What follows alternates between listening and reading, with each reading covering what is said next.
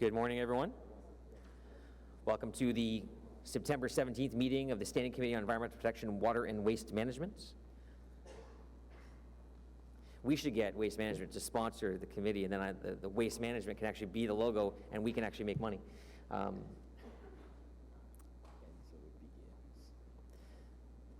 So to begin the meeting, I just want to, we have quorum, even though Councillor Eglai and Councillor McKenney are standing up. No respect. I'm like Rodney Dangerfield up here. You know? It's enough. You don't have a mic, so your jokes are not heard, which make them not funny. So, a declaration of interest. Seeing none. Confirmation of minutes from our 2 meetings of June 2019, the Tuesday, June 18th meeting, as well as the special meeting on Tuesday, June 25th. Are those minutes carried? Carried. Thank you. So we're going to go run through the consent, the agenda first, but then we're adding an update, but we'll run through the agenda first, which we'll add actually as item number 1, but we'll run through the regular agenda first.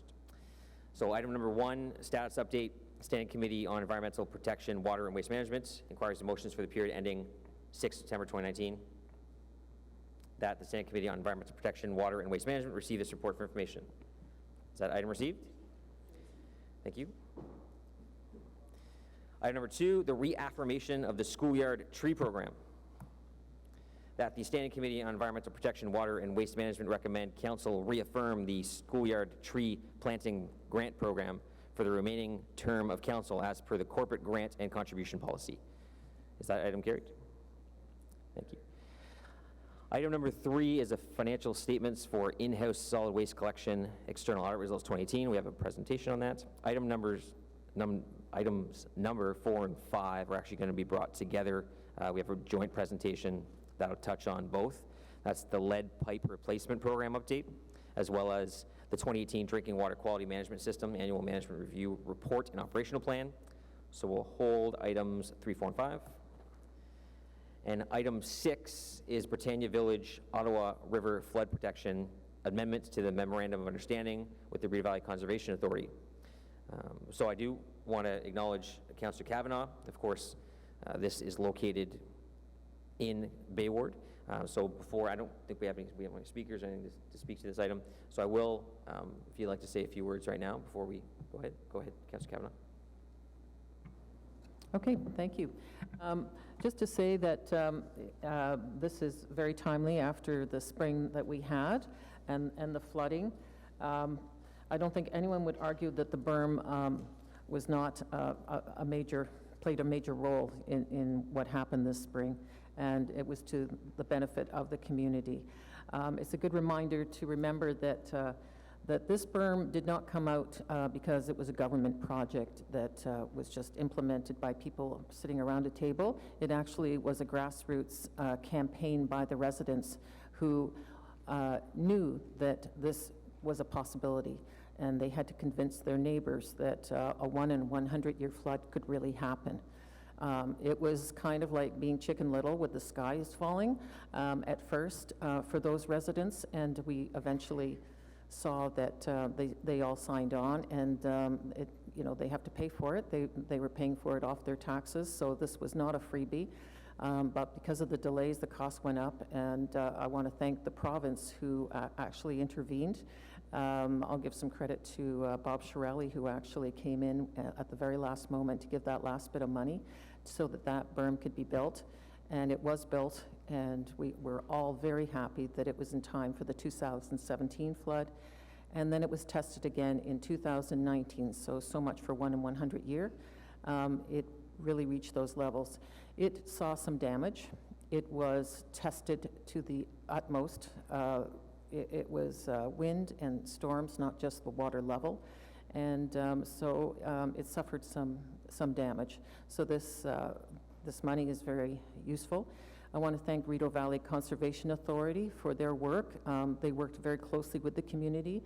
I particularly want to thank the community members who were there every single day working together, and all the community members who came out from all over the city to pile on those sandbags just as a precaution. It was up against the berm, and we learned a lot about berms and the effectiveness and how they work with sandbags. But in the end, we realized that a little more work has to be done, and this is very, very welcome. The community will continue to work with the city and with the Rideau Valley Conservation Area on this funding. So thank you very much. Thank you, Councillor Kavanagh. Yes, I think members of council, certainly if you've been around for the last 8 years, are well aware of this project as it came through at council, also through the Rideau Valley Conservation Authority Board, which I've been on since 2012. So Tara Davidson is here representing the RBCA. So thank you for your comments. I got to say, with this 2019 flood and all of a sudden the berm's there and you're elected, you've achieved a lot more in the last few months than any councillor prior to 2010 achieved his entire lifetime.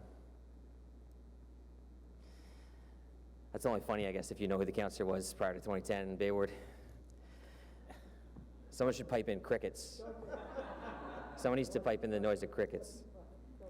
All right, so the report then is that the Standing Committee on Environmental Protection, Water and Waste Management recommend Council approve an amendment to Britannia Village Ottawa River Flood Protection Memorandum of Understanding between the City of Ottawa and Rideau Valley Conservation Authority to increase the investment by $500,000 to further investigate and undertake repairs as a result of the spring 2019 flood event. So just some minor repairs to the berm. It's clearly been beneficial, as expressed by Councillor Kavanagh, 2017-2019. So on this report? Carried. Thank you.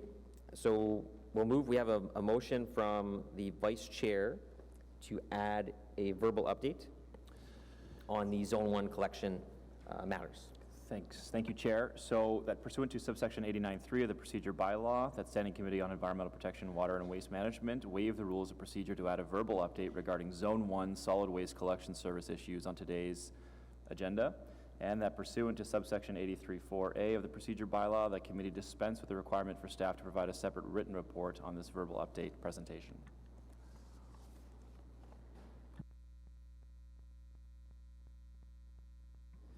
Thank you very much, Councillor Menard. Is carried on the item to add. So we're going to move that right up to the beginning. Okay. So we'll deal with that right now.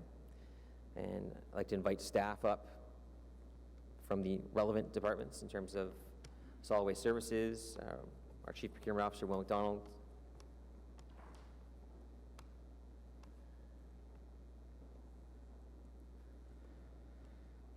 So as members will recall, at the council meeting last week, we were discussing the next collection contract for Zone 1. Of course, we have some existing matters going on in Zone 1. We were trying to separate the discussion on the two to focus purely on the contract at council and isolate the concerns that the councillors have and, of course, the residents of the West End in Zone 1 have with regard to the collection contract currently and Waste Management's performance in recent months. So we wanted to give councillors the opportunity and staff the opportunity to speak to the matter. So here at committee, which is an appropriate place for it. We also reached out to Waste Management on this, and the Vice President for Eastern Canada for Waste Management, Aaron Johnson, was unable to be here this morning. He's actually going to be in town this afternoon and tomorrow, so he's offered the ability to meet with members of council that are affected in Zone 1. So we've relayed that to Councillors Gower and El Chantieri and Kavanagh and Hubley and Suds and Shirelli, as well as myself, who's also a Zone 1 councillor. But I do have a letter that he did provide me as well. So I just want to read that before we start anywhere. So this, again, is from Aaron Johnson, who is the Area Vice President for Waste Management of Canada Corporation. So to the Standing Committee on Environment Protection, Water and Waste Management, I'd like to thank the committee for the invitation to attend this meeting. Due to prior commitments, I'm unable to be there this morning, but will make myself available this evening or tomorrow in Ottawa to answer questions and provide an update on staffing and equipment. If this is of interest, I asked Scott Moffat, that's me, coordinates the session and participants, which we have begun the coordination of.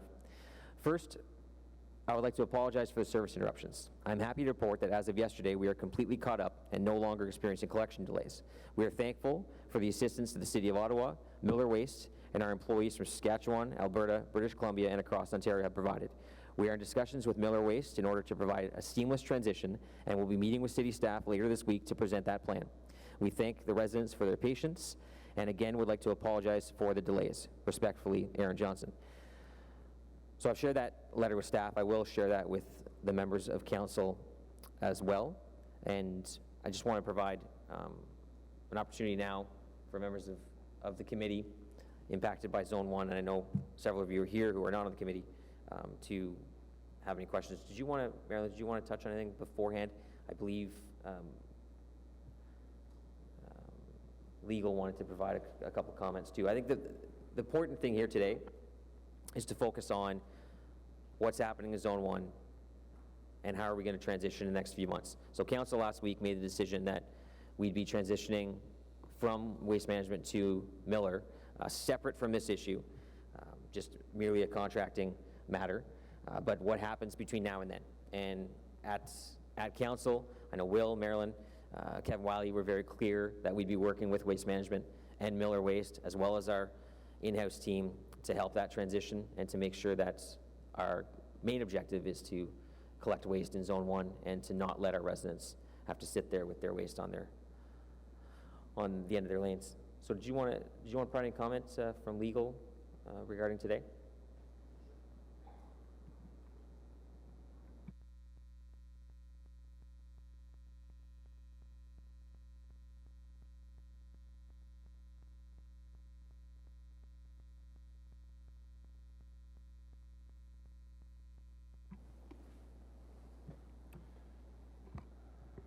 Good morning, councillors. My name is Chris Merrick. I'm a lawyer with Legal Services. I've been assisting Marilyn and her group with this matter. I just wanted to say two things, really, before we get started. And the first point that I'll speak to is of a more general, in nature, and that is that in discussing waste management this morning in this venue, we should take care and be reasonable with the statements that are made. We want to ensure that we're fair and that we have a reasonable basis for the statements that are made here today. Now, the second thing that I wanted to say is a little more specific, and it speaks to the more specific issue of the causes of the performance issues. So we've heard Waste Management's explanation as to why they're having performance issues. We've also heard different comments and rumors as to what the causes of those issues may be. But I think this morning it is more productive and not to speculate on those reasons. And that's basically the two comments I wanted to make. I will turn the presentation over to Marilyn, and I remain available for any questions you may have. Thank you. Thank you for that. And I think it's important to raise that. I mean, we're not here to malign any certain company. We're not here to focus on the past. It's about how do we make sure that we're taking care of our constituents, our residents of the City of Ottawa, and how do we do that going forward, and how do we work with staff and our other contractors to achieve that goal. So I want to make sure that we're clear on that, so that's what we're here to talk about today, and that we move forward in that with that frame of mind. So Marilyn? Thank you, Mr. Chair, and good morning, everyone. So further to the council meeting on Wednesday, we were asked to come back and give a briefing on the transition plan for the contract. So I'm happy to be here this morning. I'm here with my colleagues. This is Nancy Greenfield, who is the Director of Service Ottawa, Jonathan Hamilton, who's the Program Manager in Solid Waste Services for the waste collection contracts, and Will McDonald, who's the Chief Procurement Officer. So, as I said, I'm here to give a status update on the collection issues that are being experienced in Zone 1 in the city's West End. We're also, it's all changed. As committee will recall from recent discussions, Waste Management, Inc. has been contracted with the city to provide residential waste collection services for Zone 1 since October 2012. As can be seen from the map, Zone 1 is situated in the west end of the city and has the following wards: Canada North, which is Ward 4, West Carleton March, which is Ward 5, Stittsville, Ward 6, and Canada South, Ward 23. It also has portions of the Bay Ward, which is Ward 7, College Ward, which is Ward 8, and Rideau Goulburn, which is Ward 21. While some of these wards started experiencing collection issues more recently, the majority of the service issues began to surface in late April 2019.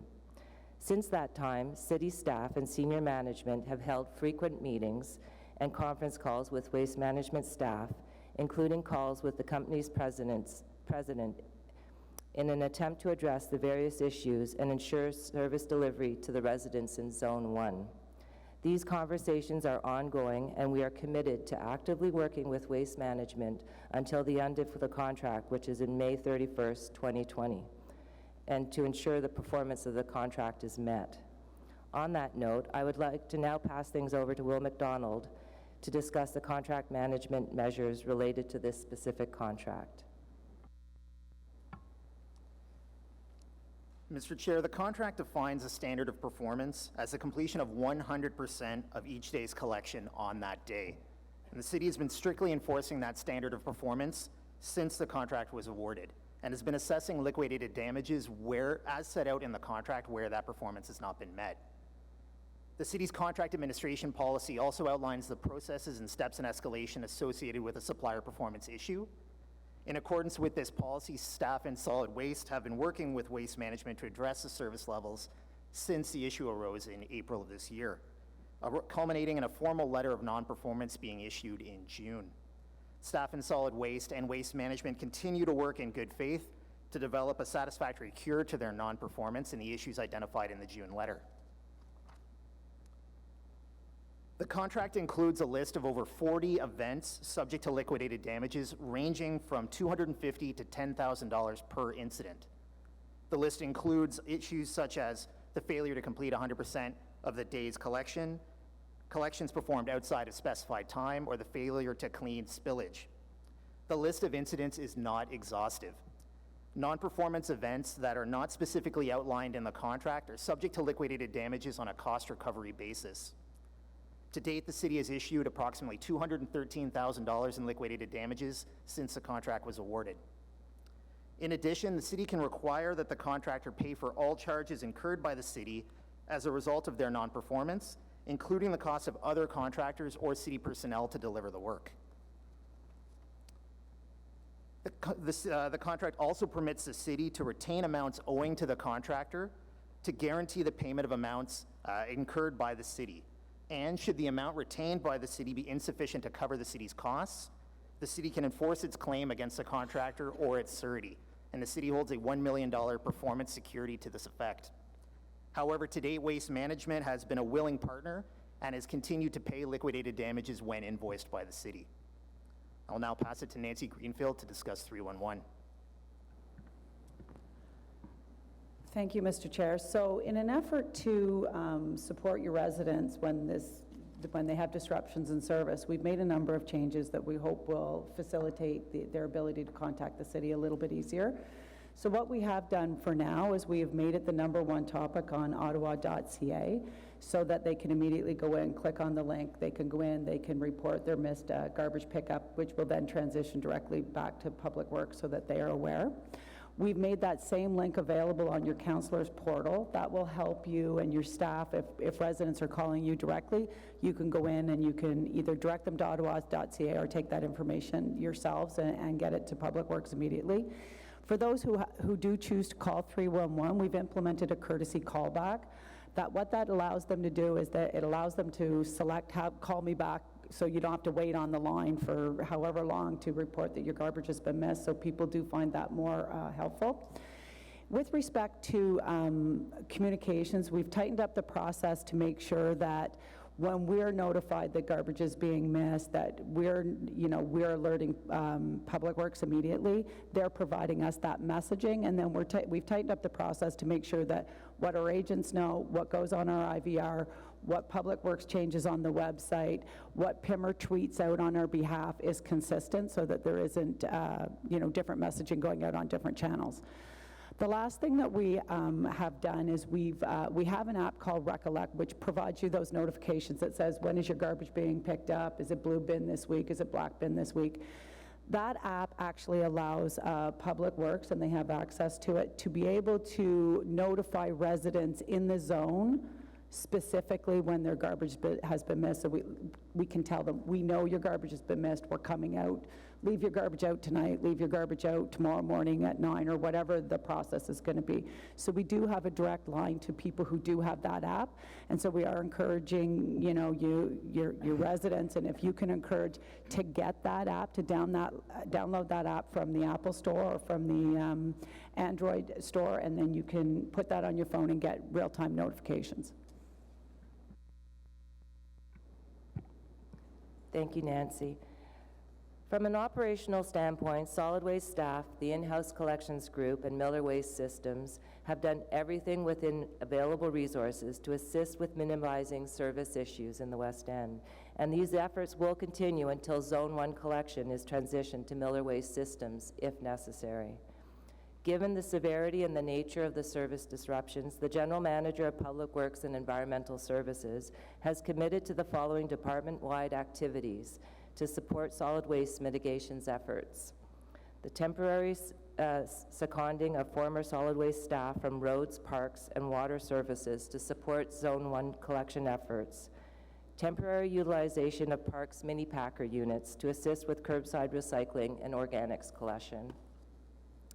And beyond these initiatives, as the Director of Solid Waste Services, I've also recently secured the services of 3 additional waste collection vehicles from a private waste management company until the end of October. We're also in the process of leasing 3 trucks that will be available starting the beginning of November. Lately, discussions with senior management from Miller Waste Systems are currently underway to examine the feasibility of expediting the transition period. In our view, this arrangement would be the most effective tool in minimizing further service disruptions in Zone 1. And we are committed to working with both Waste Management and Miller Systems to facilitate this transition at the earliest opportunity.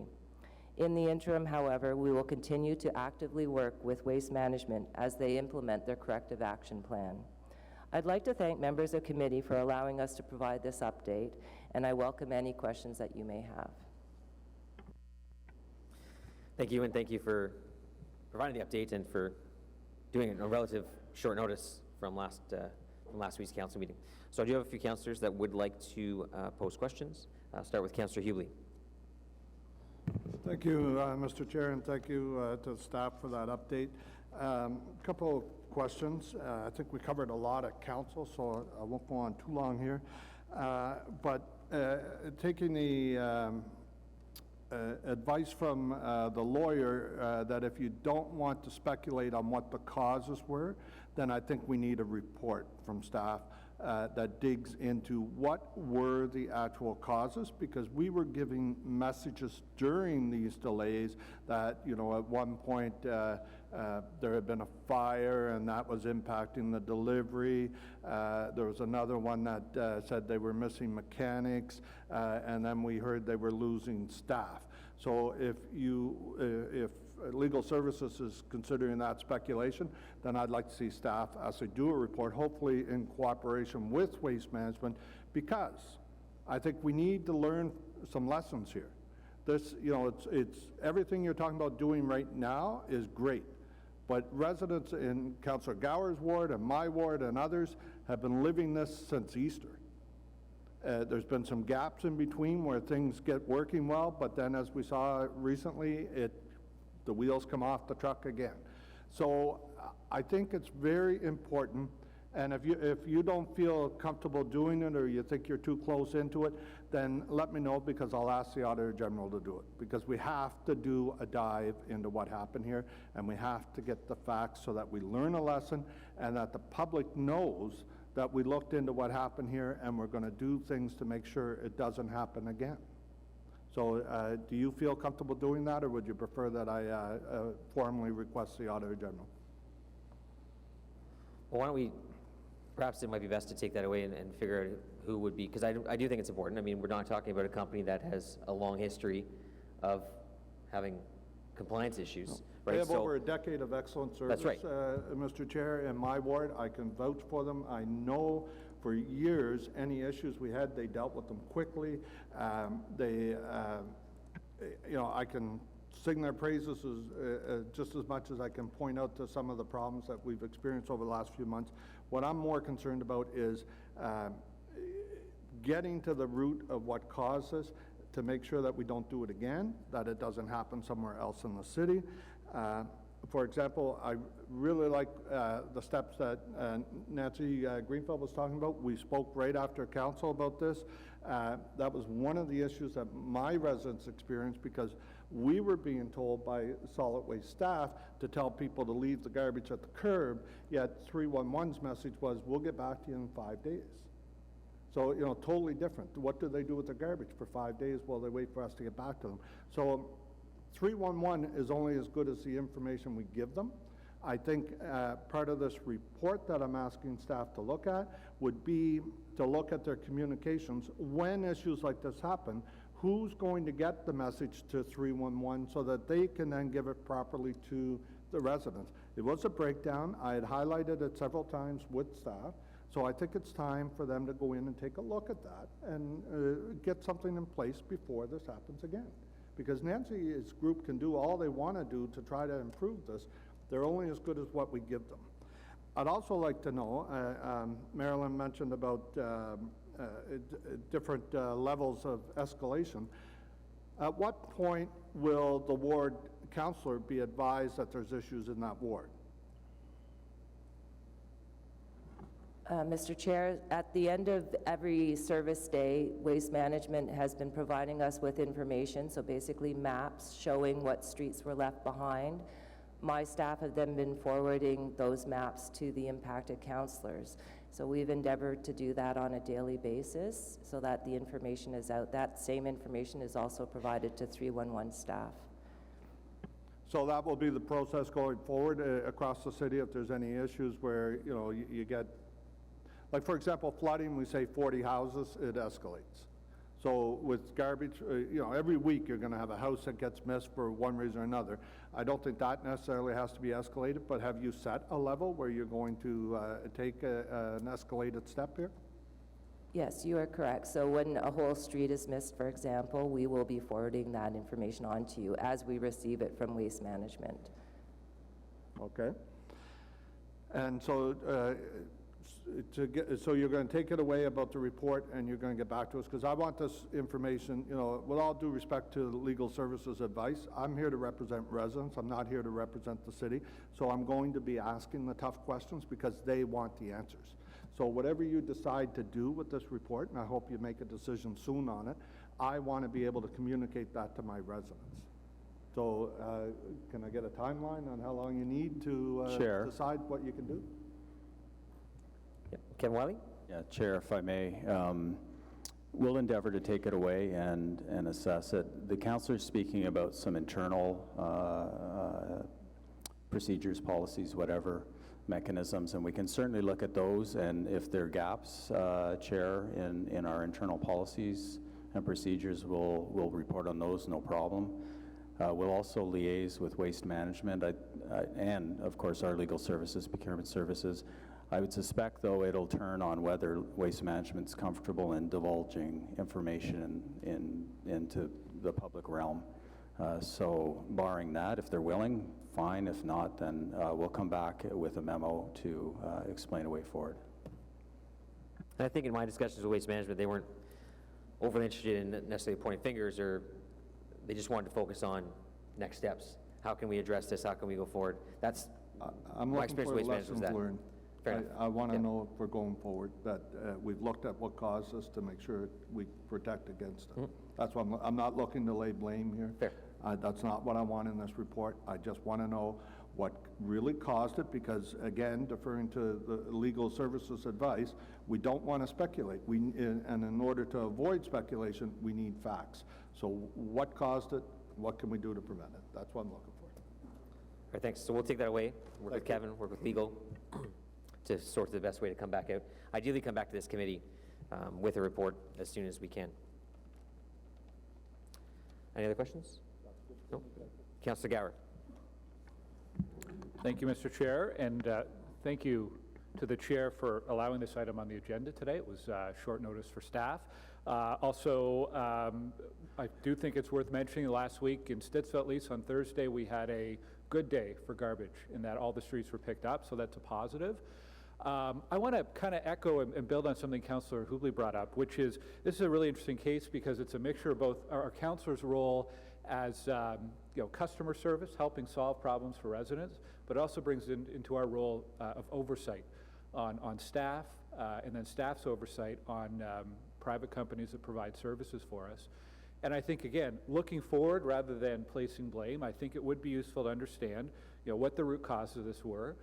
Were there signs that were identified earlier on? Were there things that we missed? This problem didn't happen all at once. It appears that there are a lot of factors. I don't want to speculate too much at the advice of our legal colleagues, but understanding how we got to the point where we are today and looking forward to other waste contracts and other contracts that we have with the private sector, how can we avoid this happening in the future? Because this is a big problem.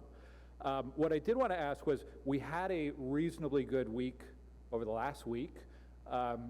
Staff outlined some of the general measures, but what did it take from a city perspective to get that success last week? What city trucks were deployed? What effort from the city above and beyond what Waste Management was providing did that require to get that good week? Mr. Chair, last week, the City of Ottawa, basically through all of our solid waste in-house collection groups resources into Zone 1. So once we completed our services in the East End and the downtown core of the city, we redirected all of our trucks out to the West End. Miller Waste Systems did the same thing. On Wednesday, we started deploying mini packers from the parks into those areas to assist as well. 311 has been fully working with us to get the information out to the residents. So we really threw everything that we had at it into those two zones to ensure that service got caught up from the week before.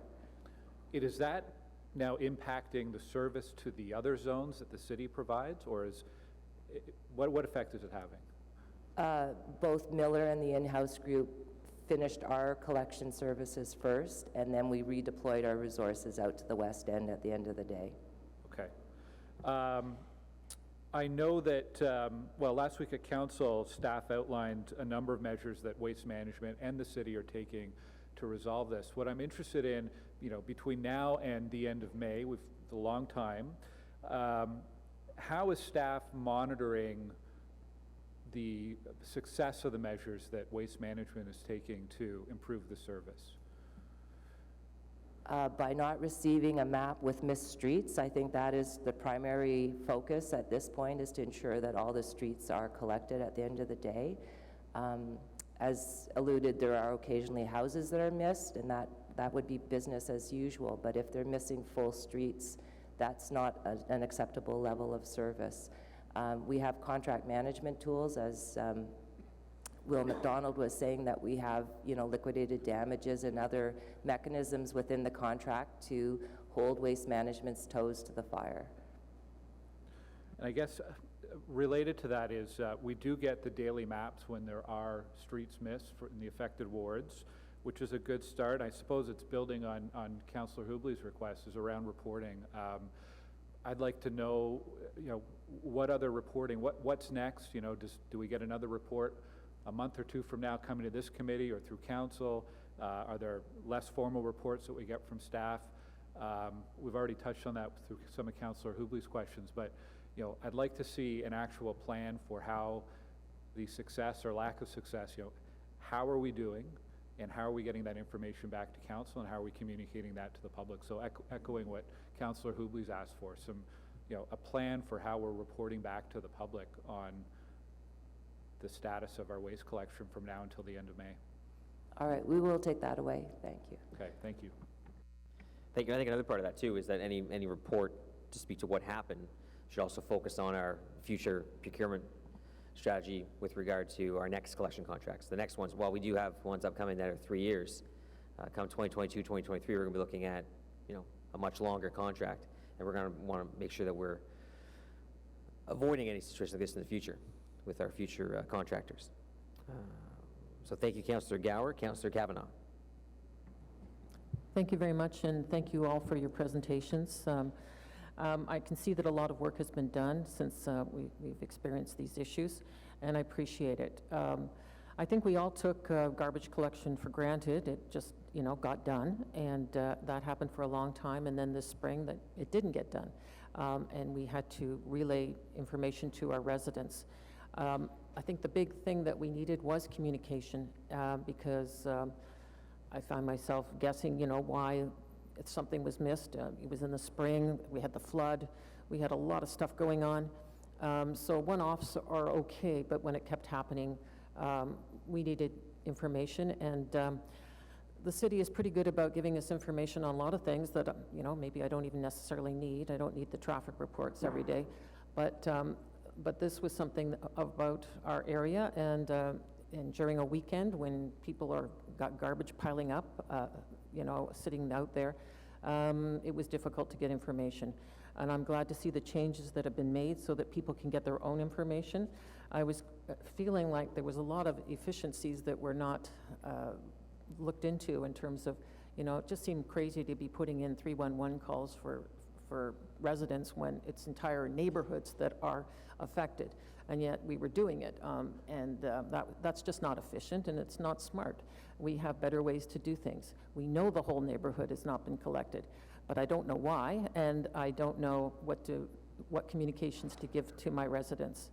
So it always takes a little bit of a crisis. I don't want to call it too much of a crisis, but to learn. We learned a lot about floods, this spring. We learned things from when things don't go so well. And I think we've learned a lot in respect to how to do communications better, so that people can get information quickly and get their own information if necessary. And hopefully going forward that will be the case. So I appreciate the efforts that have been made to fix these issues. I expect staff to be dealing with waste management. I'm not dealing with waste management. That's their job. We delegate that, and staff fix things that are wrong when it comes to it didn't get collected.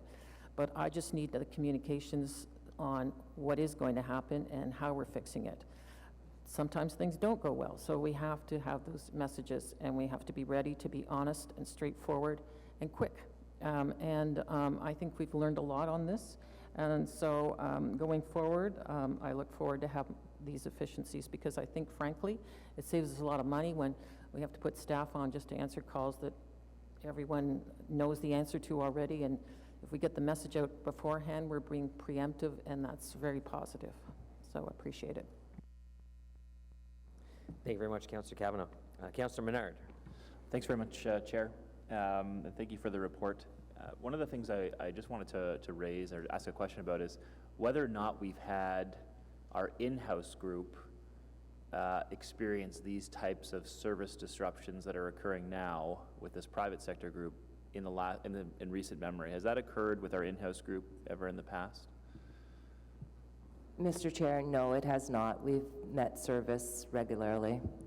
Okay, thank you for that. And is it also true that our in-house group has saved the city money when compared to the same service that private sector operators have provided in certain zones? We actually have a presentation on the in-house contracts coming up next. Correct. Okay, thanks very much. Thank you very much. Any other questions or comments? Yeah, Councillor Hubley. So if I could just add on to what Councillor Menard was suggesting there. These issues are with one contractor. There's also another Miller Services, I believe, that have not experienced any of these issues. Is that correct? In fact, they're actually helping out in this case? Yes, you're correct. Miller Waste Services has been assisting waste management. Okay, thank you. All right, so we don't need a battle between public and private services. Well, we need the facts. Just hold on. Before we get into it, looks like we're going to go down a path where we're trying to argue one or the other. This is not a discussion on the contracts. We've had that discussion, and we'll have a discussion in the future. today is not about talking about who is the better contractor. In the City of Ottawa, we've had in-house team and we've had other contractors, including Tomlinson prior, that have all provided exceptional service for the City of Ottawa for decades. It hasn't been since the 90s that we actually had a contractor just completely vacate their zone and leave the residents of that zone with no service whatsoever and no one willing to collect service in that area. In this case, we have Waste Management who is not unwilling to do the job. They've been unable to, but they've also accepted the help from the other partners, be it in-house team or Miller Waste Services. So we're not, again, this is not a debate about who provides better service. We have an issue in a zone, and we're trying to address that issue, and the contractor in that zone has been more than willing to accept the help and work with us. That's it. So, Ken Wiley, you're taking direction to come back with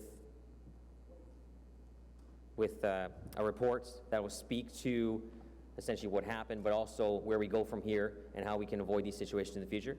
Correct, Chair. Thank you. With a special sort of tip to the future RFPs on all requests for proposals on future collection contracts. All right, thank you. Thank you, staff. Appreciate your time to come out today.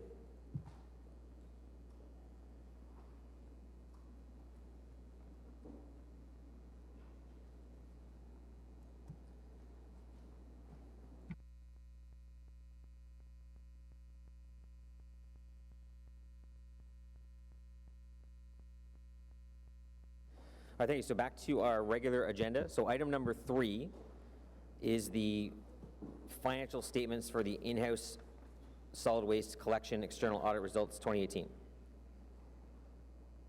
Oh. All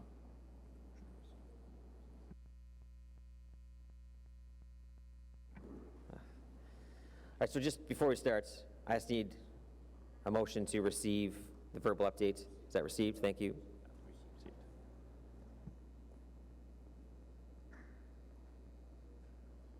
So, Marilyn, Jonathan? Thank you. Next slide. So I'd like to provide committee with an update for curbside collection contracts, specifically the in-house collection group. So we have just signed a 3-year short-term contract, and they've been awarded to the in-house collection groups and Miller Waste. So in the future, the in-house collection groups will have zones 3 and 5, and Miller Waste will have zones 1, 2, and 4. The procurement of new collection vehicles for the in-house collection groups is in progress, and Solid Waste Services is committed to providing curbside collection that is in line with council-approved service level standards. So that's on the go forward with the new contracts. That will start on June 1st, 2020. Council approved the contracts in 2011, and as part of that approval, staff were asked to report back annually on the financial results of that year. Each year, the financial statements are audited externally, and the results of year 6, specific to Zone 5, are that we had an operating deficit of $976,999, a contractual savings, which is the difference between the city's bid and the next lowest bid, of $543,647. In year 6, the city had contractual savings of $543,000 and $543,000, making the overall deficit of $433,000 for Zone 5. The second column shows the savings for years 1 to 5, and the year-to-date financials show that the city had contractual savings of $3 million, a deficit of $2 million, for an overall savings of $1.03 million from the beginning of the contract. Solid Waste Services budgets are based on a CPI increases to labor, fleet, and other costs. In year 6, the revenue was increased by 0.9%, or 50% of the Consumer Price Index year to date, and this is an overall increase of 4.6%. Over the 6-year contract, labor rates have increased 11.63% and increased by 1.95% in year 6. and the fleet services labor rate is $95 for a cumulative increase of 17%. The future solid waste service standards will be developed as part of the Solid Waste Master Plan Phase 2, which will happen between Q1 2020 and Q1 2021. The objective of this phase is to begin discussions on the vision, guiding principles, objectives, and targets that will provide a framework for the Waste Management Master Plan. In Canada, all 3 levels of government have a role to play in waste management, and the city's plan will be based on the federal and provincial government who are responsible for waste reduction and waste diversion regulations, policies, and programs. Council can have confidence that the approach being recommended for developing the Waste Management Master Plan will be adaptable and flexible if and when these proposed changes come into effect. Per the memo to Council circulated on August 29, 2019, the province has made progress on the blue bin transition by identifying timelines for the transition to be completed. The transition is expected to take place in phases over a 3-year period, with producers being fully responsible for providing blue box services province-wide by the end of 2025. Details regarding how the Blue Box program will transition to the producers and what producers' relationships with municipalities will entail, including what the final service will look like and how it will operate, are still not known. Excuse me. The province has indicated that over the coming year, they will develop and consult on draft regulations to support the new individual producer responsibility framework for the Blue Box program. Staff will continue to be engaged in consultation with the province through the Municipal 3 Hours Collaborative Working Group, and updates on the status of provincial and federal waste legislation will be provided to Council as part of the Solid Waste Master Plan Phase 1 report in Q1 of 2020. Any questions? I'll ask one. So what, over the course of the contract, I mean, it's clearly still below what the next bid was. Zone 5, of course, Zone 3 wasn't tendered. What would you say are the contributing factors to the year-over-year change in the deficit?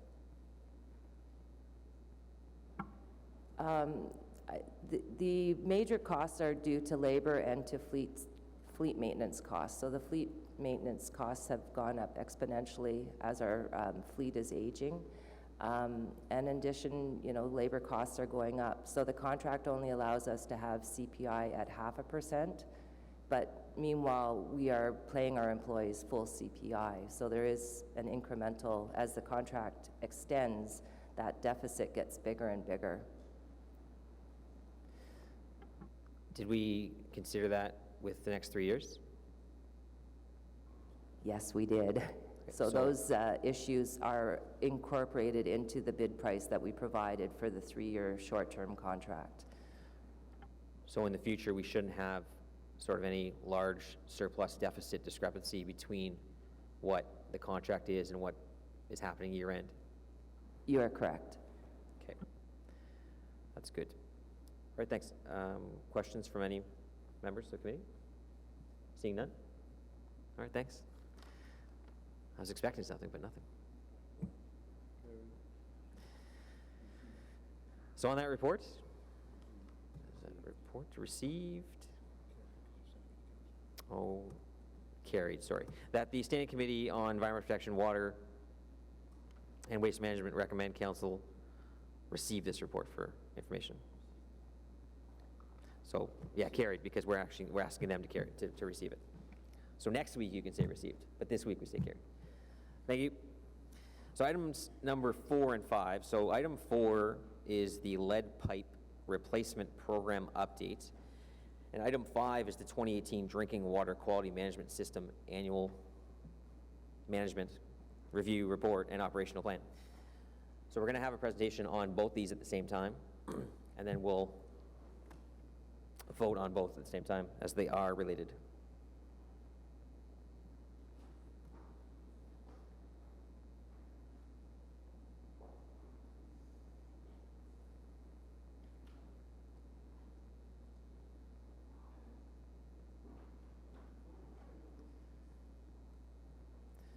So if you don't mind just introducing yourself for committee members and the members of the public, and then Yes, good present. morning. Thank you, Chair and committee members. My name is Ian Douglas. I'm the water quality engineer working in drinking water services, and I live and work and dream drinking water. And my colleague is here today, Aggie Motes, who is our program manager of locates, laterals, and grant programs, also in public works. We're here to share with you our strategy to try to minimize exposure to lead from tap water. Health Canada earlier this year revised the guideline for lead in drinking water, and we fully anticipate Ontario will adopt this new guideline as a standard.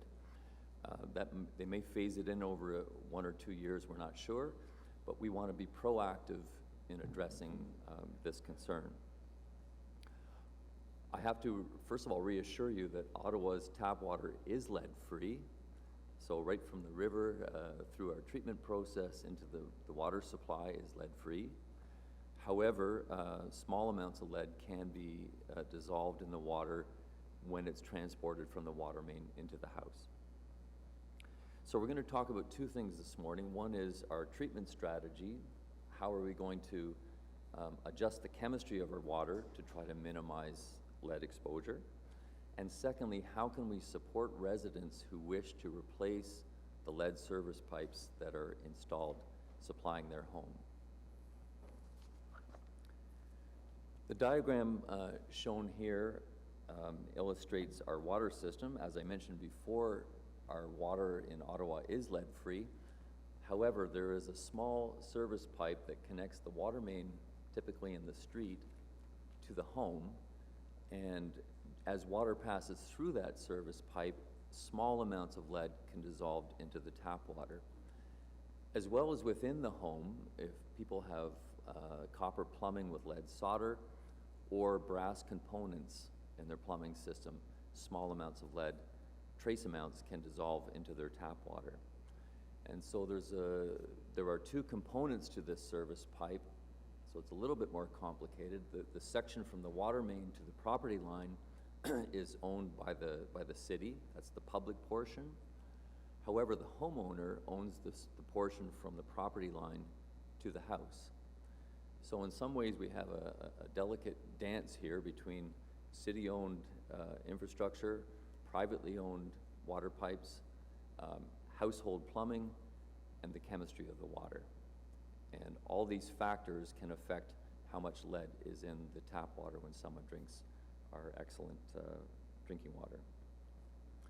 So for many decades, the city has practiced what we call corrosion control. In fact, back to 1930, we've been practicing corrosion control. We purposely adjust the pH of our water to a fairly high level. It's currently 9.4. If you remember your high school chemistry, neutral pH is 7. So we adjust it to 9.4 to minimize the solubility of metals, including lead, and to protect our infrastructure, to make sure that our metal water mains will last for hopefully 100 years. In Ottawa, lead pipes were installed from the water main to the home starting in the late 1800s up until 1955. So we don't have perfect records, but we estimate about 30,000 homes, about 15% of Ottawa homes, have a lead service pipe. So it's a significant number.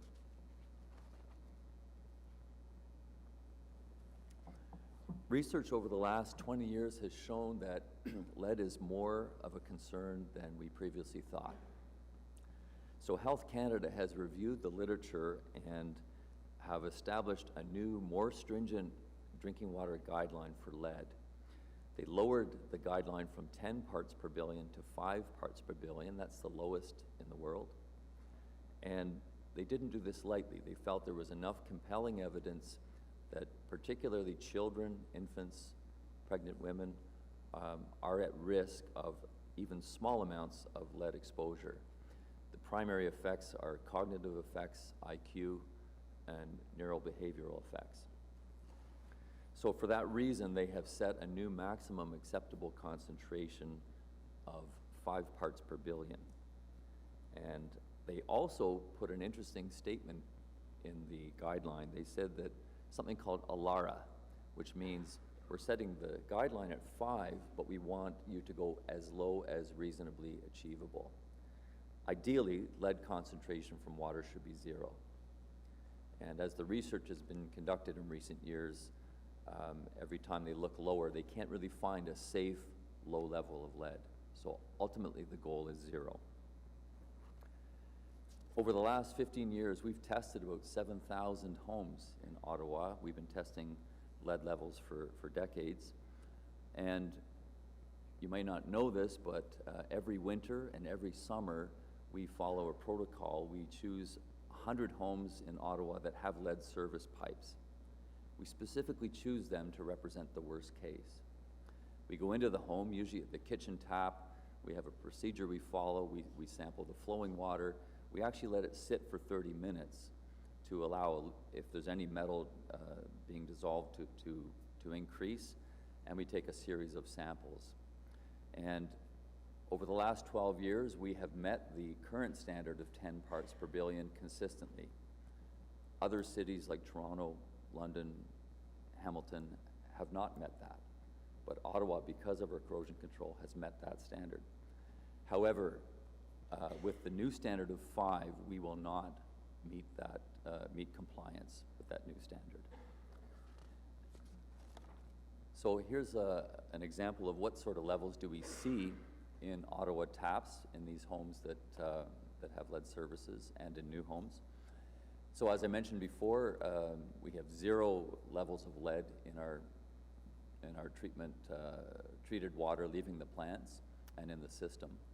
So for the majority of Ottawa homes that don't have lead service pipes, the lead levels would be very low. In many cases, 0, or they might be at least less than 1 part per billion. And that's just picking up small amounts from brass fittings, copper plumbing that has lead solder, things like that. But generally very low, less than 1, often 0. However, for the 15% of Ottawa homes that have a lead service pipe, we have typically seen numbers in the range of 1 to 5 for most homes. However, there are a portion of homes for various reasons that are greater than 10 parts per billion. Typically, these are homes that have a long lead service supply pipe, might even be 50, 100 feet long. So we feel that a new corrosion control strategy is needed. We recognized this about 4 years ago, and so you may not know that we have a pilot research facility located at our Britannia water purification plant. So we actually harvested lead pipes very carefully, almost like an archaeology dig, from a number of homes, brought them back to the pilot plant, and we have been conducting research for the last 4 years to look for a new method of corrosion control. We found that using a trace amount of phosphate during the water treatment process would decrease our lead levels by a further 70%. Phosphate is widely used in North America. Most recently, Toronto and Hamilton have introduced phosphate into their water. What's a little bit unique about Ottawa is that we were able to find an optimum treatment that uses a very small amount of phosphate, less than 1/3 of the typical amount that's used in other cities. The graph you see shows the effect of 3 different types of treatment. So the tall bars are the lead concentrations we saw when water sat for 30 minutes right in the lead pipe. The small bars represent water that was flowing continuously through the pipe, so just picking up a smaller amount of lead. And you'll see on the orange bars that if we didn't practice any corrosion control in Ottawa, we would have some pretty significantly high lead concentrations, especially in those homes with lead services. Using our current pH control method, which is the middle yellow bars, you can see we do somewhat better. However, for water that's stagnant in the lead service pipes, we can be even above 10 parts per billion. However, with this new proposed phosphate treatment, we're seeing numbers that are consistently below 5, and we feel in most cases we'll see numbers down in the 1 to 2 part per billion range. The phosphate that we add forms a microscopic coating that protects the pipe, and it limits the amount of lead that can dissolve into the water. In addition to minimizing lead, the phosphate also provides very important protection for our water main infrastructure. We want our water mains to last as long as possible. And it also limits the amount of metals that can dissolve in fountains. Think about schools, think about taps that have brass components. This is also a very effective way to minimize that exposure. Phosphate, some people might be concerned, well, you're adding a chemical into my water. Phosphate does not have adverse human health effects. We've been working closely with our public health department. In fact, it's a nutrient, it's an essential nutrient. Most Canadians in their daily diet get about 700 to 1,200 milligrams of phosphate per day. We're proposing to add 0.3 milligrams of phosphate into the water, so it's indeed a very trace amount. This would be a food-grade phosphate that we propose. And just as an example, if you compare to milk, for example, milk naturally has about 1,000 milligrams of phosphate per liter. In our tap water, we're proposing to add 0.3 milligrams, so it's really a negligible quantity. As far as implementing this new method, we are just starting off on our design phase of the project.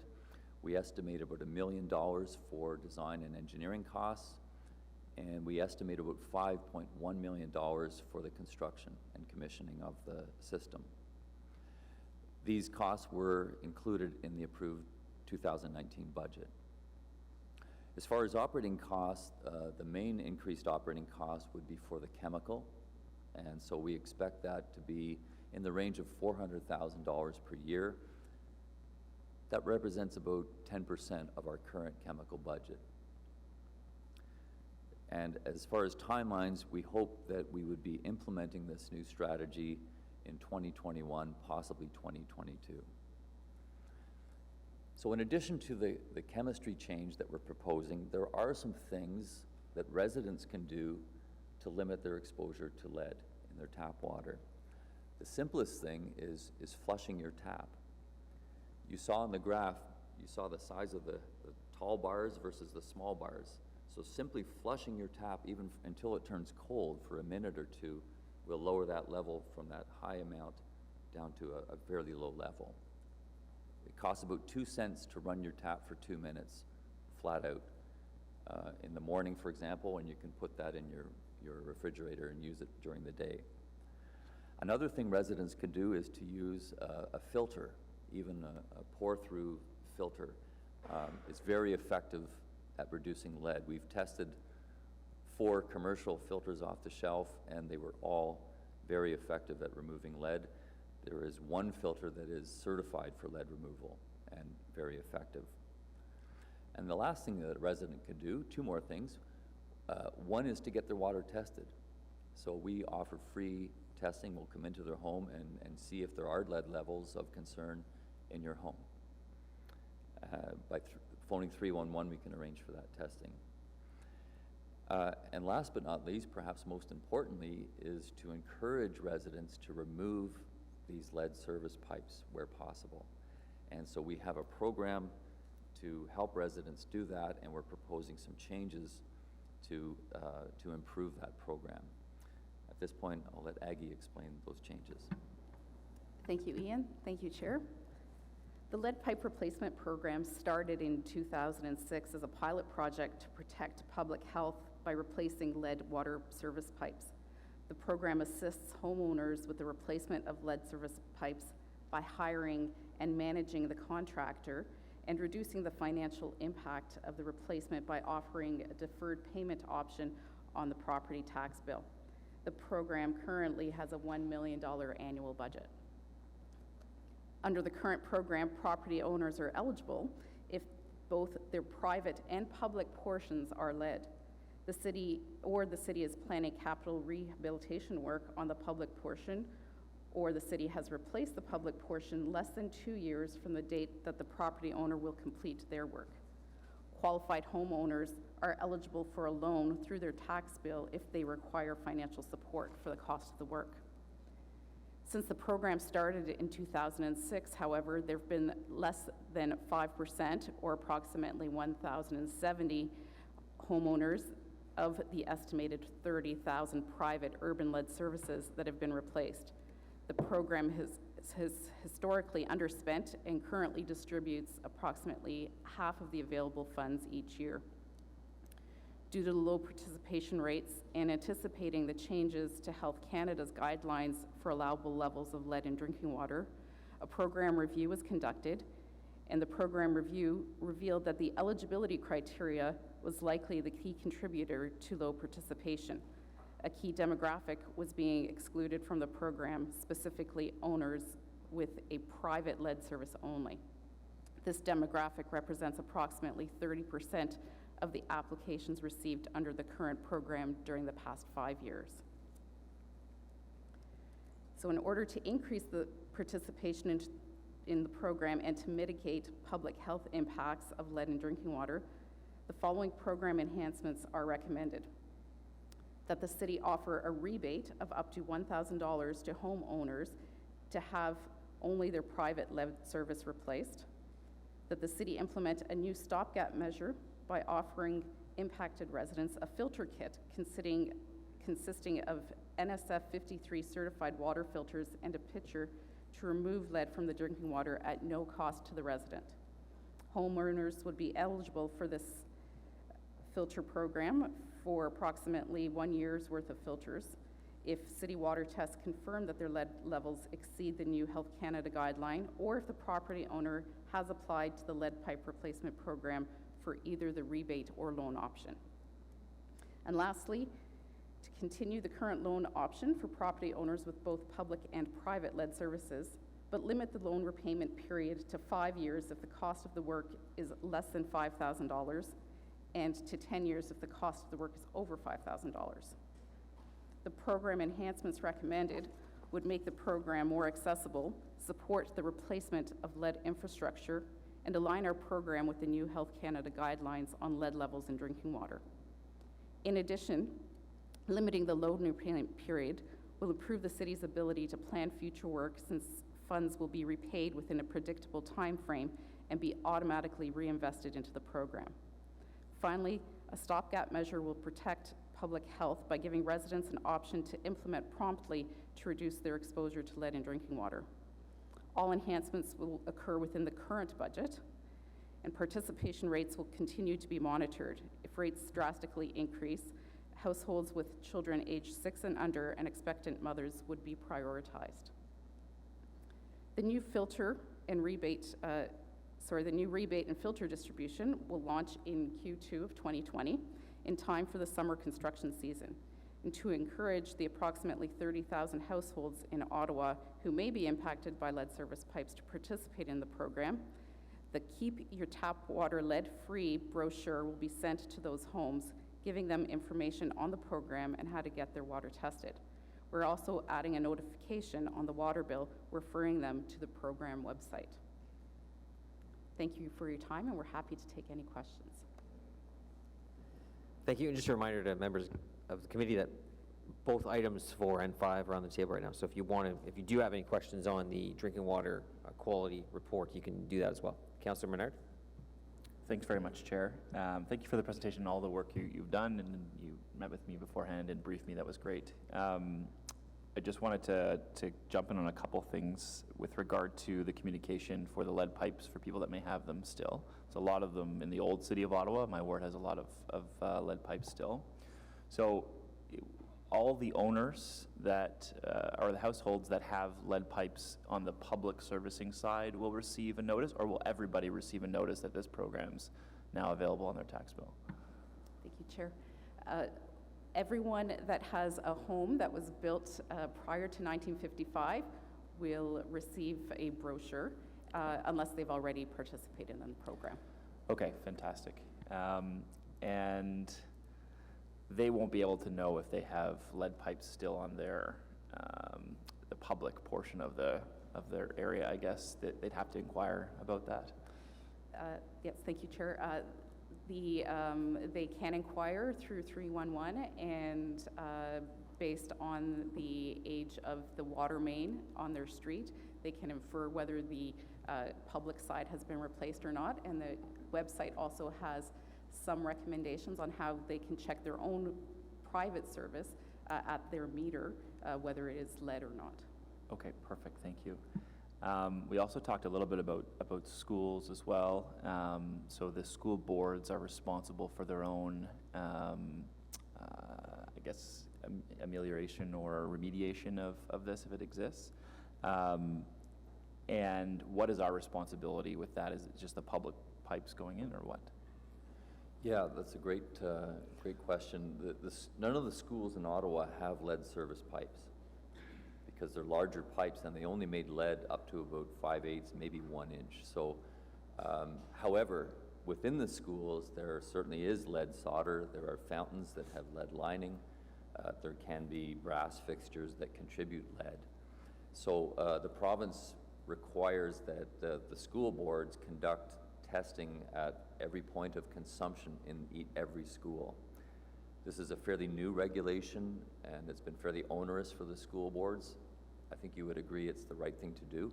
We have a vulnerable population. So if a fountain is tested and it exceeds the standard, it usually gets flagged, signs go up, and they either replace the fountain and get it retested, or at least warn the students not to use that fountain. So that is done by the school boards, regulated by the province for every school and every daycare in Ontario. And oversight for that program is provided by Ottawa Public Health. Right. What's our role in that? The chemistry of the water is a role in that. And we feel that the phosphate method we talked about will further reduce even the school levels that have been observed.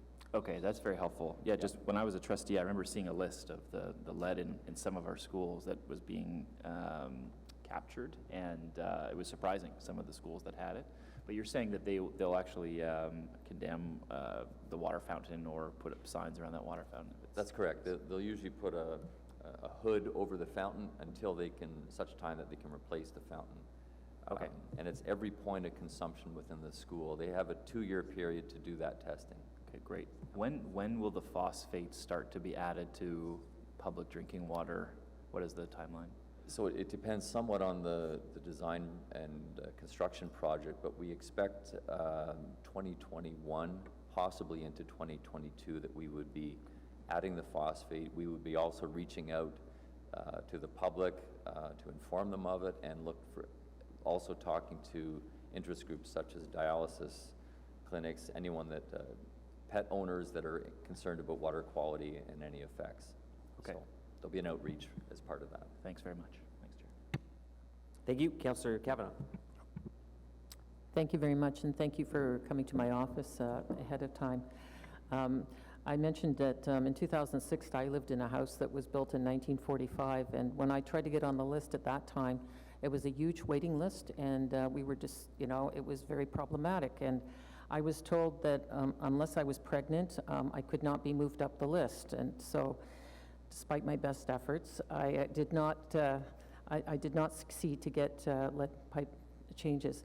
What is it that's changed since 2006 that in terms of now that the program seems to be much quicker to get that service? Thank you, Chair. So in 2006 and 2007, there was an extensive outreach campaign, so it definitely piqued interest at that time. And since then, participation has definitely decreased. We think that many residents aren't aware of the program right now, and many older residents, in fact, weren't interested in the program because they felt it didn't directly impact them. Now, because we're expanding the criteria, we may get an initial spike in interest. We can reevaluate the budget ask at that point. So we're asking for delegated authority to make changes to the program as participation changes. I might just add So there's too no that- waiting list? Right now, there's no waiting list. There may be a waiting list, and we will prioritize, again, the same way with the young children and expectant mothers. But because in 2006 it was a pilot program, we didn't know if it would be continuing. Now, we anticipate that the program will continue for a number of years. I was just going to add that we also hope to get out as quickly as we can to test water. And if we find levels that exceed the Health Canada standard, we'll be providing a filter on an interim basis for people to protect themselves in the short term while they're waiting to get on the program. Thank And there you. may be increased interest. Flint, Michigan was certainly, very important event and well followed. The fact that Health Canada is lowering the standard out of concern, there might be greater knowledge and awareness for this issue at this time. Okay, thank you very much. Thank you. Councillor Egley. Yeah, so about the program, I'm a little confused. So if city pipes and private pipes are both lead, you can be eligible for a loan. But if it's only your piping, you're only eligible for a rebate up to $1,000. What's the average cost of fixing the problem? Thank you, Chair. The average cost for a lead pipe replacement is between $2,000 and $5,000, and it varies greatly based on the length of the pipe. So what's the rationale for not allowing a loan to someone who just has private pipes? They've got the same problem, we have the same concerns, their health is at risk, so why are we making that differentiation? Thank you, Chair. For work that is done both on public and private property, there are city staff that manage that work, and it's a single contractor that does the entire work. The homeowner pays for the private portion, but they do take advantage to some economies for common trenching that would be present in that case. If only the private service is being replaced, that is the case where we're offering a rebate option. In that case, the city does not get involved in contracting because it's entirely on private property. So the rebate in that case would cover trenching and lead pipe replacement. So if the city's not involved, we have to change the manner in which we reimburse costs. Okay, I'm still not understanding you. You told me the average price is $3,000 to $5,000, I think? Mm-hmm. That's whether it's private or public. That's the entire cost. Right, so you still haven't explained to me why we're only funding a portion of it if it's private when the people are at the same risk. Okay, sorry about that. The funding level for the rebate option was benchmarked against other municipalities and is in line with other programs that we have within the city, and it is a portion of the cost of the total replacement fee. Okay, don't mean to be difficult, but you're still not answering the question. The people have the same risk. Yes. They're all our residents. We have a responsibility for them. Why are we only funding less if it's privately serviced as opposed to, I'm not understanding. Why don't we just give everybody the same option for financing to fix the same problem? I don't really care what other cities are doing. These are our residents that I'm concerned about. So I'd really like to understand why we're treating some residents at this level and other residents with the same risk at that level. Thank you, Chair. So it actually turns out to be very similar in terms of the level of reimbursement that they get, the amount of savings that they get when both the public and private portion are replaced would be equivalent to the rebate option that they would get if only the private side is replaced. So the city takes on more of the costs when the entire portion is replaced. So what the owners are paying is lower when the entire service portion is replaced. Does that make sense? No, No. I'm sorry. I'm still confused. So essentially, it costs more because the city owns some of the pipe and we're replacing it all. So we replace our pipe and their pipe. That's right. So the cost to the homeowner is the same, whether it's public or private. essentially. So if I can dumb it down for me, so the loans that people are asking for or we're giving are $1,000 or so? Again, it depends on the length of the service pipe. I But mean, it- my it only varies. concern is that we're treating all our residents who have the same risk with the same approach. So if you can assure me that's the case, then I'll be quiet, but that's what my concern is. I don't want to see certain residents treated differently. I think Kevin Wiley wants to assure you that that's the case. Yes, I do, Chair. So if I can say, I think what we're talking about, two different mechanisms, but residents are treated fairly in both cases and similar. Okay, thank you. I don't want to be difficult, but I'm going to be difficult. If you're going to be difficult, just say you're going to be difficult. Don't say, I don't want to be difficult. We know you want to be difficult. Anyways. Councillor King. Thank you, Mr. Chair. And thank you for the informative session that you provided my office. It was very informative, and it will allow us to bring back a lot of useful information to our residents so that they can tap into the program. I had a slightly technical question since we were going into some technicalities during that briefing. And it might be comparing apples to oranges, but you know, I've been made aware that Toronto has been adding phosphate at a rate of 3 milligrams per liter and is adjusting that downwards. I guess in this report, we're adding, or we're proposing to add phosphate at 0.3 milligrams per liter. And I was just wondering, what are the technical differences? I know you might not have the information about Toronto offhand, but why are we adding a smaller proportion to our water? So there's one thing I need to correct. When they say 3 milligrams per liter, they're expressing that as PO4 phosphate. The units I was using today are milligrams of P, phosphorus, elemental phosphorus. So it's just a nomenclature thing. When they're adding 3 milligrams per liter in Toronto, in our nomenclature, it's 1. Okay. So the apples to oranges, or apples to apples, is Toronto's adding 1 milligram phosphate as P. We're proposing to add 0.3. And what allows us to go to that much lower level is someone from the US EPA, who's an expert in corrosion, had a researcher who noticed that at an elevated pH, they found this little sweet spot where they could use much lower phosphate and get the same effect. And Ottawa's water is very soft, and so for us to operate at a high pH is affordable.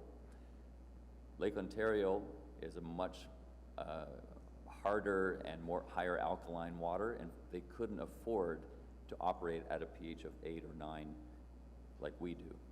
So that option wouldn't really be available for Toronto. But that option was only really uncovered during the research study, and it's a fairly new finding. Excellent, thank you. Sure. Thank you very much. Any other questions for staff on this? Any questions on the drinking water quality report? Yeah, sure. Councillor Hubely? Thank you, Mr. Chair. Just to indulge me for a minute. I'm one of the councillors that like to point out the high quality of our water here in the city. And I think what this gentleman just told us was another bonus for Ottawa Water, but I think to communicate that better to residents, I'd almost need a graphic to get that message across about the similarities with them, because it does, if I hear you correctly, we have much better water than Toronto, which is the message that we've been putting out for years. So, Well, if I could comment, you know, I work in a very cooperative industry with all of my water utility colleagues across the country, so we're careful to say that one is better, but I can tell you that I know Ottawa's water intimately, and it is excellent water quality. So I fully agree with supporting and encouraging and promoting Ottawa's tap water. It's one of the best in the world, I can say that honestly, and we want to encourage people to use it and use it with pride and confidence. Thank you. Whereas I don't work with water quality specialists across the province, so I can say that ours is better than Toronto's. And if I can't say it, I'm protected by this whole like privilege thing. This is because I am a city councillor and it's in this room. If I said that out in the hallway, I could get sued, but I'm okay in here. All right, so on the two, so I'll just, let me, hold on, back to my agenda. So item 4, that the Standing Committee on Environmental Protection, Water, and Waste Management recommend that Council, 1, approve the proposed changes to the lead pipe replacement program as outlined in this report, and 2, delegate authority to the General Manager, Public Works and Environmental Services to make further updates to the lead pipe replacement program within the approved budget as required. Is that item carried? And item 5, 2018 Drinking Water Quality Management Report, that the Standing Committee on Environmental Protection, Water, and Waste Management recommend the Council, 1, receive the 2018 Drinking Water Quality Management System Annual Manager Review Report, and 2, endorse the Drinking Water Quality Management System Operational Plan. Thank you.